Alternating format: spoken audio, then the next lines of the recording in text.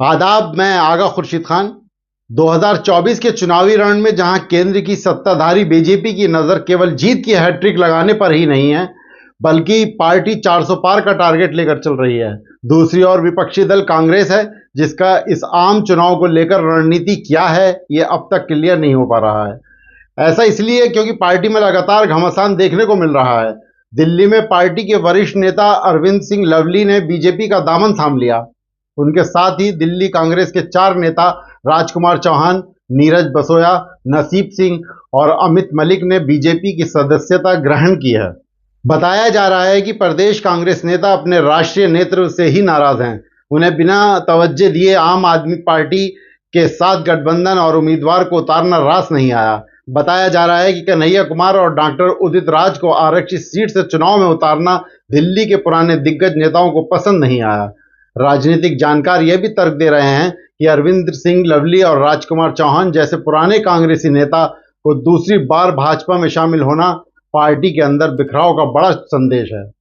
चूंकि पूर्व मुख्यमंत्री शीला दीक्षित के बाद यही सेकंड लाइन के कांग्रेसी नेता हैं। अरविंदर सिंह लवली ने बीजेपी में शामिल होने के बाद कहा है कि आप जानते हैं कि मैंने किन परिस्थितियों में दिल्ली कांग्रेस अध्यक्ष पद से इस्तीफा दिया है। हमारे समर्थकों ने हमसे कहा कि आपको घर पर बैठने की जरूरत नहीं है। मैंने अपने इस्तीफे के बाद घर पर रहने का फैसला किया था, लेकिन हमें दिल्ली और देश के लिए लड़ने के लिए कहा गया। अरविंदर सिंह लवली 4 बार विधायक रह चुके हैं। वो 2 बार दिल्ली की कांग्रेस सरकार में कैबिनेट मंत्री भी रहे थे। 1998 में लवली पहली बार गांधीनगर सीट से दिल्ली विधानसभा पहुंचे थे। उस समय वो सबसे कम उम्र के विधायक थे। 2013 तक वो इस निर्वाचन क्षेत्र का प्रतिनिधित्व करते रहे। इस दौरान दिल्ली में जब शीला दीक्षित की सरकार थी, तो अरविंदर सिंह लवली को कई अहम मंत्रालयों की जिम्मेदारी संभालने का मौका मिला था। उस समय उन्होंने शहरी विकास, शिक्षा, परिवहन और राजस्व मंत्रालय जैसे विभागों का जिम्मा संभाला था। वहीं कांग्रेस नेता देवेंद्र यादव ने कहा है कि कुछ लोगों की फितरत ऐसी होती है कि मां को जब बच्चे की ज्यादा जरूरत होती है तो वो बहुत तंग करता है। उनको कांग्रेस ने बच्चे की तरह पाला है। जब कांग्रेस को निगम के चुनाव में जरूरत थी, तब भी उन्होंने पार्टी को छोड़ दिया था। कांग्रेस बहुत बड़ा समुंदर है। चुनाव के दौरान नेताओं का पार्टी छोड़ना और दूसरी पार्टी में जाना भारतीय राजनीति में बहुत ही सामान्य घटना मानी जाती है। भाजपा से भी कुछ लोग दूसरी पार्टियों में गए हैं, लेकिन पिछले कुछ समय में जितनी संख्या में लोग कांग्रेस छोड़ रहे हैं वह असाधारण है। इधर तो लगभग हर दिन कोई ना कोई नेता कांग्रेस छोड़ रहा है।